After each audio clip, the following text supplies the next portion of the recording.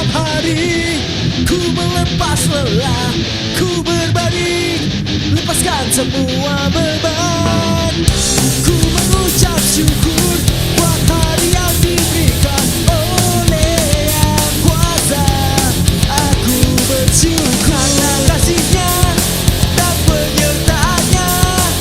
Hari-hariku lalui bersamanya. Tuliskan sebuah lagu sebagai ucapan syukur karena kasih-Nya. Ku tuliskan album ini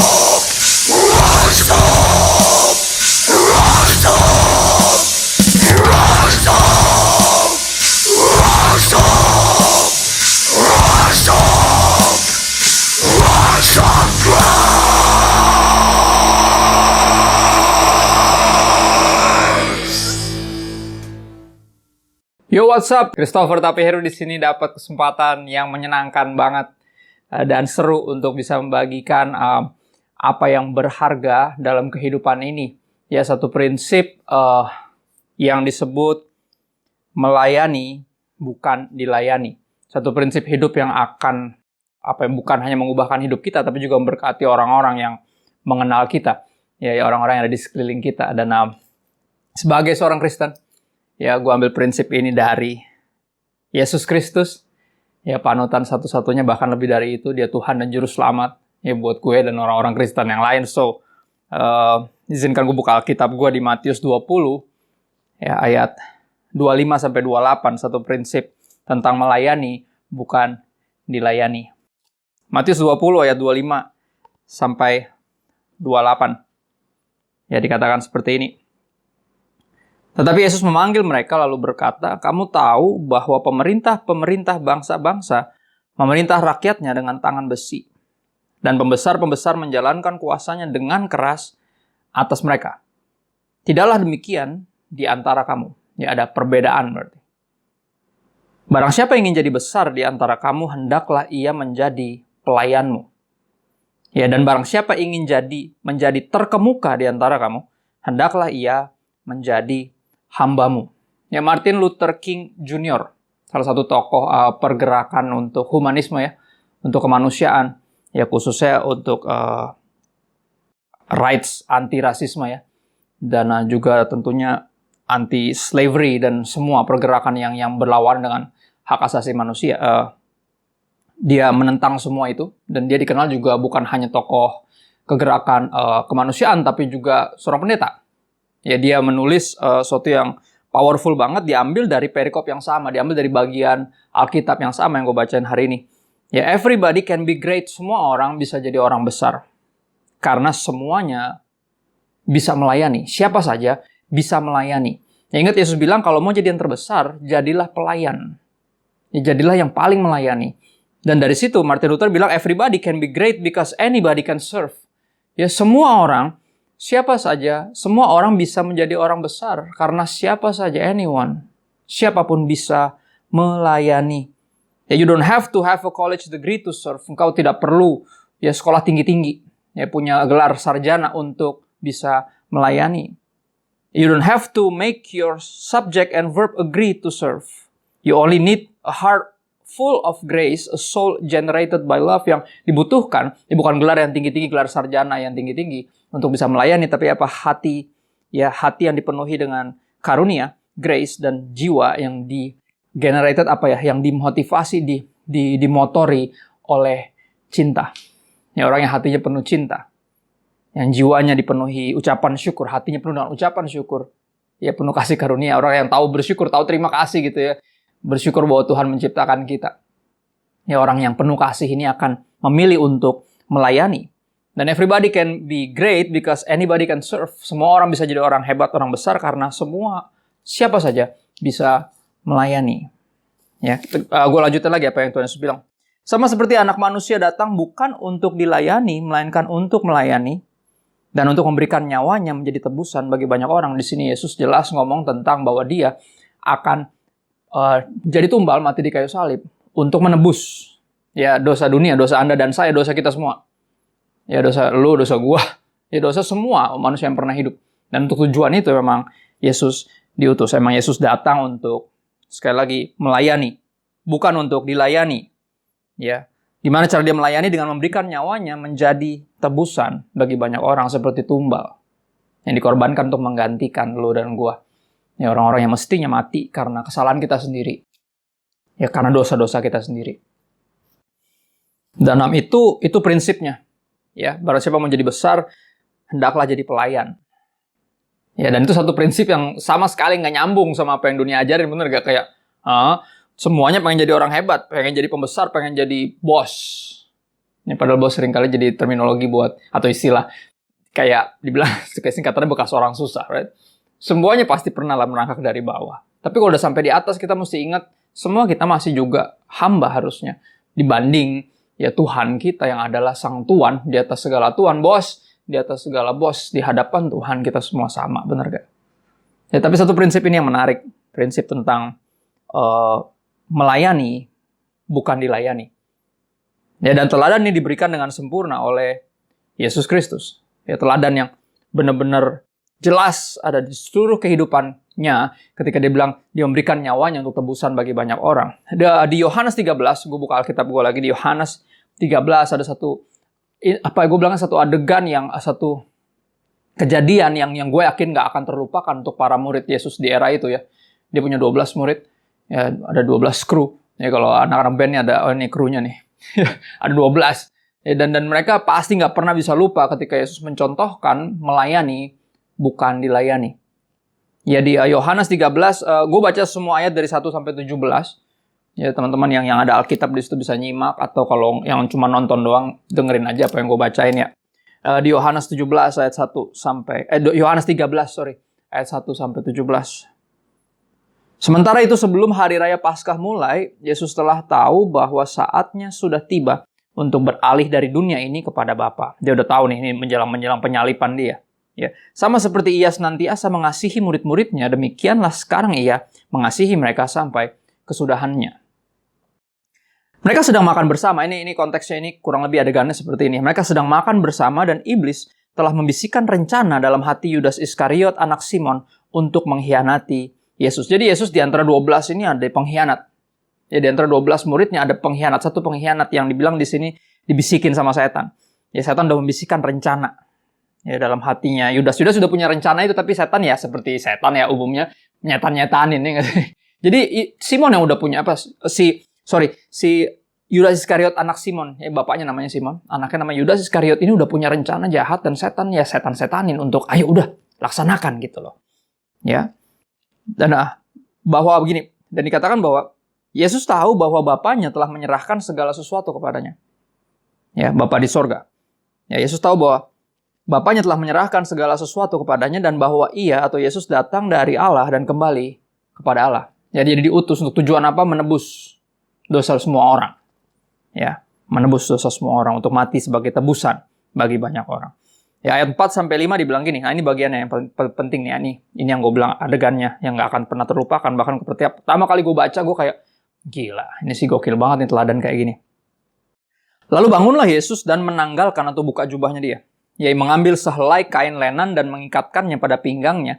Kemudian ia menuangkan air ke dalam sebuah basi atau baskom ya. Dan mulai membasuh kaki murid-muridnya, lalu menyekanya dengan kain yang terikat pada pinggangnya itu. Jadi dia memilih untuk nyuci kaki murid-muridnya. Teman-teman, kalau ini konteks aja dikit ya buat yang nggak tahu bahwa gini, kalau di zaman Yahudi kuno gitu, zaman era itu, zaman era Yesus, tamu kehormatan itu akan dicuciin kakinya sama yang undang. Jadi biasanya yang ngerjain itu para pelayan tentunya yang paling bawah lah ya. Kru-kru yang paling benar-benar ngurusin yang gulung, maksudnya yang benar-benar bukan gitar tech atau drum tech, tapi benar-benar yang gulung atau ngapain bersihin, nyapu atau apa yang gitu. Ya, ini kru paling bawahnya itu istilahnya yang harus ngerjain itu, harus nyuci kaki yang diundang. Tapi di sini Yesus memutuskan untuk melakukan hal itu kepada murid-muridnya. Pasti mengagetkan banget ya. Pasti mengagetkan banget. Dan maka sampailah kepada Simon Petrus, kata Petrus kepadanya, ya, Tuhan, engkau hendak membasuh kakiku. Ya, dia bingung, yang benar aja gitu. Jawab Yesus kepadanya, apa yang kuperbuat, engkau tidak tahu sekarang. Tapi engkau akan mengertinya kelak. Apa yang gue bikin ini lu gak ngerti sekarang, tapi lu akan mengerti nanti. Ya, kata Petrus kepada Yesus, engkau tidak akan membasuh kakiku sampai selama-lamanya. Jawab Yesus, jikalau aku tidak membasuh engkau tidak mendapat bagian dalam aku. Jadi Yesus harus melakukan ini sebagai sebuah simbol. Ya tentunya kerendahan hati, kerelaan dia untuk melayani, dan di atas semua itu bahwa ini sebuah penggambaran bahwa nanti murid-muridnya ini atau semua kita yang percaya kepadanya akan dibersihkan dari dosa-dosa kita. Ya, seperti dibasuh seperti itu penggambarannya. Yang dibilang makanya kalau aku tidak membasuh kakimu, engkau tidak akan mendapat bagian dalam aku. Ya, kata Simon kepadanya, Tuhan, jangan hanya kaki saja tapi juga tangan dan kepalaku. Kata Yesus kepadanya, barang siapa telah mandi, ia tidak usah membasuh diri lagi selain membasuh kakinya, karena ia sudah bersih seluruhnya. Jika kamu sudah bersih hanya tidak semua, sebab ia tahu siapa yang akan menyerahkan dia, karena itu ia berkata tidak semua kamu bersih. Jadi dia udah menyadari dari 12 murid, ada satu yang pengkhianat. Ya, ada satu yang kerjaannya nyolongin duit pelayanan. Right? Ada yang kayak gitu. Dan kenyataan dalam kehidupan sehari-hari juga di kehidupan nyata sekarang, sampai sekarang juga masih ada. Jadi jangan kaget kalau ada yang gitu-gitu, karena Yesus pun juga ada pengkhianatnya. Ya ada kalau gamenya zaman sekarang yang ngetren tuh ada imposternya. Siapa imposternya nggak tahu. Ya udah, kita pokoknya bagian kita melayani seperti panutan kita. Ya at least panutan gue yaitu Yesus. Sesudah Yesus membasuh kaki mereka, setelah habis cuci kaki mereka, ia mengenakan pakaiannya dan kembali ke tempatnya. Lalu ia berkata kepada mereka, Yesus ngomong gini sama semuanya, mengertikah kamu apa yang telah kuperbuat kepadamu? Kamu menyebut aku guru dan Tuhan. Dan katamu itu tepat, sebab memang akulah guru dan Tuhan. Jadi jikalau aku membasuh kakimu, aku yang adalah Tuhan dan gurumu, maka kamu pun wajib saling membasuh kakimu. Sebab aku telah memberikan suatu teladan kepada kamu. Ini gue udah kasih contoh ya. Supaya kamu juga berbuat sama seperti yang telah kuperbuat kepadamu. Ya, untuk apa? Melayani, bukan untuk dilayani. Dan Yesus mencontohkan teladan yang sempurna ini. Ya, dia melakukan itu. Melakukan pekerjaan hamba yang paling bawah untuk cuci kaki. Bayangin guru dan tuan. Ya, mencuci kaki murid-muridnya. Dan teladan ini pasti tidak terlupakan. Tidak terlupakan. Yesus ngomong lagi, aku berkata kepadamu sesungguhnya seorang hamba tidaklah lebih tinggi daripada tuannya, ataupun seorang utusan daripada dia yang mengutusnya. Ya, jikalau kamu tahu semuanya ini, maka berbahagialah kamu jika kamu melakukannya. Ya, pada akhirnya nggak penting cuma sekedar belajar dan baca dan terkagum-kagum, gila teladan yang perfect, tapi apa? Hendaknya kita, ya at least yang Kristen, right? Ya, karena Kristus panutannya orang Kristen, tapi gini, Yesus juga dikagumi sama semua orang dari berbagai kalangan, apapun agamanya, pasti terinspirasi juga sama Yesus. Ya, hendaknya apa? Berbahagialah kalau bukan cuma tahu, tapi apa? Jika kamu juga melakukannya. Ya, kalau emang benar, ketika menjadi yang terbesar itu artinya menjadi seorang pelayan. Ya, kalau emang ini satu nilai yang benar-benar berlawanan sama yang dunia ajarin. Ya, dan itu yang diladankan oleh manusia terhebat, istilah bisa kalau disebut, karena dia Tuhan yang jadi manusia, right? Firman Tuhan yang jadi manusia. Ya, dia yang paling dikenang oleh dunia ini, yang paling mengubahkan hidup banyak orang karena terinspirasi sama Yesus Kristus. Ya, dia tokoh terbesar yang sampai kelahirannya menjadi penanda kalender. Ya sih. Sebelum Yesus sama setelah Yesus. Ya, kalender universal dunia. Ya, bukan kalender Kristen. Ya, bukan kalender agama tertentu, tapi kalender dunia dibagi before Christ dan Anno Domini, sebelum Kristus. Dan tahun-tahunnya Tuhan kita. Ya, dan dia tokoh yang paling berpengaruh di sepanjang sejarah dunia. Dan dia memutuskan untuk melakukan ini, berbahagialah kita. Ya, berbahagialah kamu, ya lu dan gua, kalau kita juga melakukannya. Dan secara praktek, tadi kita udah ngomongin tentang prinsip terus lanjut ke teladan. Ya, dan semua bisa lihat dalam diri Yesus. Prinsipnya kita dengar dari mulut Yesus sendiri, teladannya kita lihat dari kehidupan Yesus sendiri, dan Yesus juga di sini prakteknya. Kita yang paling penting sekarang prakteknya, kita mesti ngapain secara praktikal. Dan ini yang terakhir ya. Ini yang terakhir. Di Filipi 2 ayat 5-11. Kali ini gue kutip Rasul Paulus. Ini orang yang dulu namanya Saulus, artinya raksasa atau besar. Ya. Dia ini bunuh-bunuhin pengikut Kristus karena dianggap ini aliran apa sih nih? Gitu ya, ngikutin manusia, ya kan? Karena mereka menganggap waktu itu, era itu, Yesus dianggap Mesias palsu, dianggap ini manusia biasa, sebenarnya cuma mengaku-ngaku sebagai divine being, manusia, makhluk yang abadi gitu ya. Dan Saulus tentunya sebagai orang yang sangat beragama ya, agama Yahudi, seorang Ibrani, benar-benar dia benar-benar nggak setuju, dianggap ini ajaran sesat nih, aliran sesat. Jadi para pengikut Yesus dikejar untuk ditangkap sama dia. Ya, bayangin orang yang kayak gini, gue kan bilang gini secara pakai konteks sekarang gitu ya, dia itu teroris sebelum teroris ngetren. Dia udah bunuh-bunuhin orang Kristen atau pengikut Kristus sebelum agamanya jadi. Ya, bayangin tuh, ada seorang pembunuh kayak gini, orang yang garang, orang yang benar-benar nangkep-nangkepin orang Kristen, tapi justru ya ketika berjumpa dengan Kristus, dalam perjumpaan yang benar-benar ilahi, suatu kesempatan yang keren banget, dia bisa disamperin sama Yesus sendiri dan diubahkan hidupnya orang ini dari bunuh-bunuhin orang Kristen jadi rela mati untuk memberitakan kebenaran tentang Kristus, tentang Yesus Kristus. Dan gue kutip dari dia nih yang terakhir tentang prakteknya, untuk melayani bukan dilayani. Ya, Filipi 2 ayat 5-11 tertulis kayak gini, hendaklah kamu dalam hidupmu bersama. Ya, sebagai komunitas bukan hanya orang Kristen, ya, nggak eksklusif doang, tapi semuanya komunitas dalam hidup bersama dengan siapapun sebenarnya, ya, sebagai orang di dalam masyarakat, di lingkungan, ya, di kota, di negara, bahkan di dunia ini, ya, dalam hidupmu bersama, ya, bukan hidup sendiri. Hendaklah kamu dalam hidupmu bersama menaruh pikiran dan perasaan yang terdapat juga dalam Kristus Yesus. Ya, yang kayak gimana? Yang walaupun dalam rupa Allah, ya, tidak menganggap kesetaraan dengan Allah itu sebagai milik yang harus dipertahankan. Ya, melainkan apa? Dia telah mengosongkan dirinya sendiri dan mengambil rupa seorang hamba dan menjadi sama dengan manusia. Ya, dia bilang dia mengesampingkan kealahannya. Karena ini yang kami percaya sebagai orang Kristen, kami percaya Bapa, Putra, dan Roh Kudus. Ya, Trinitas, Tuhan. Satu Tuhan, 3 pribadi. Dan Kristus, Sang Firman ini, Sang Putra ini, ya, Firman yang jadi manusia, Firman Tuhan yang jadi manusia, Sang Putra ini mengesampingkan kealahannya. Dia mengambil rupa seorang manusia seperti Anda dan saya. Dia jadi sama seperti kita. Dia bahkan mengambil rupa seorang hamba menjadi sama dengan manusia. Tuhan jadi ciptaan. Pencipta jadi ciptaan Tuhan, jadi manusia. Jadi mengesampingkan semua itu. Dan dalam keadaan sebagai manusia, ia telah merendahkan dirinya. Jadi dia bukan hanya mengesampingkan ketuhanannya, disingkirin dulu, ya, dia merendahkan dirinya, tapi lebih jauh lagi pas itu jadi sama kayak kita, dia kembali merendahkan dirinya dengan cara melayani. Dalam keadaan sebagai manusia, ia telah merendahkan dirinya dan taat sampai mati, bahkan sampai mati di kayu salib. Jadi dia 2 kali turunin derajatnya. Ya. Firman Tuhan, ya, memutuskan untuk apa? Mengesampingkan kealahannya terus jadi manusia, dia turun 1.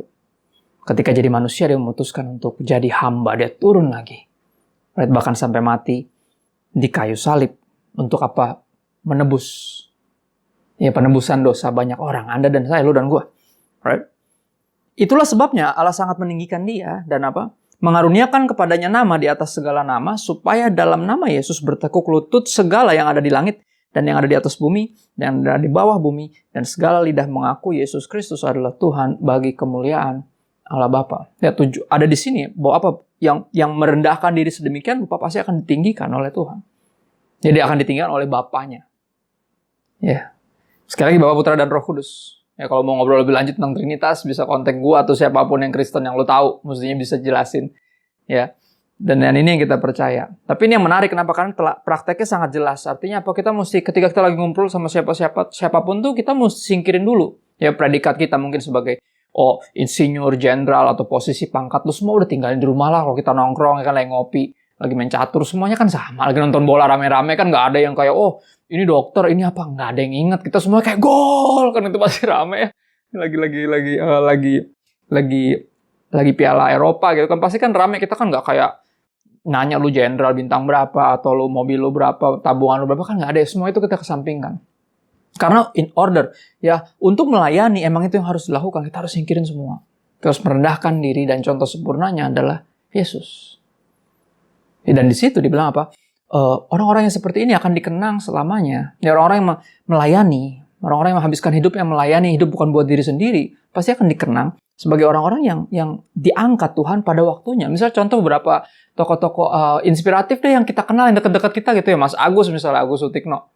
Ya kan berapa kali diundang di TV. Tapi kan itu bukan tujuannya dia melakukan semua pelayanan yang hebat yang dia lakukan pada kaum yang marginal, pada teman-teman yang waria dan semuanya, PSK yang lain-lain. Dan dia melakukan itu kan bukan biar namanya naik, kan enggak.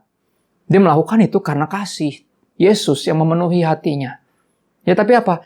Kalau akhirnya jadi terkenal, jadi disorot, jadi kadang di syuting dan segala macam, bahkan masuk TV, diundang di Kick Andy misalnya, ya salah satu acara televisi yang selalu menginspirasi karena mengundang orang-orang yang menginspirasi juga gitu loh. Ya, dan itu kan bukan tujuan, ya. Gini, terkenalnya Mas Agus dan tentunya salah satu sahabat kita ya, pastor yang kita kenal juga dari Crossline Madiun ya. Ya, Pastor Rudy. Dan Pastor Rudy ada di Kick Andy juga karena apa? Itu impact, itu bukan tujuannya. Karena tujuannya bukan buat menjadi seperti itu. Tujuannya adalah untuk menjadi sama seperti panutan saya, panutan kita, panutan Pastor Rudy, panutan Mas Agus, Yesus Kristus. Ya, untuk melayani, bukan untuk dilayani.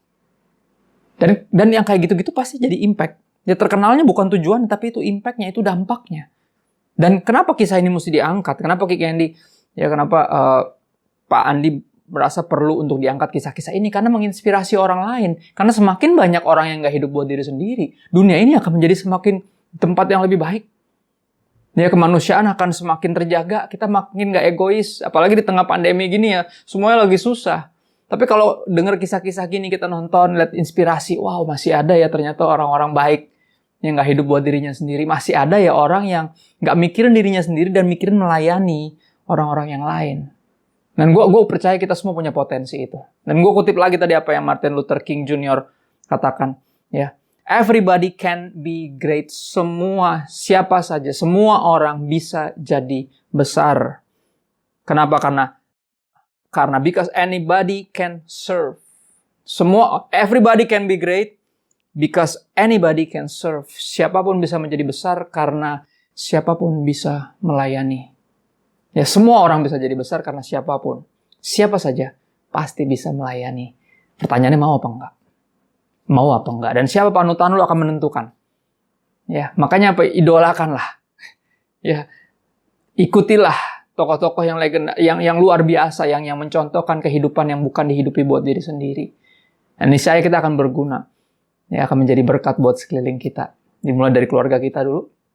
Ya, orang-orang terdekat kita, tongkrongan kita. Bahkan bisa di kota, negara, bahkan dimanapun kita berada. Gue yakin kita semua punya potensi untuk jadi besar. Choose to serve. Pilihlah untuk melayani, bukan untuk dilayani. Thank you. Itu aja yang pengen gue bagiin. Sekali lagi, maju terus. Dan God bless you.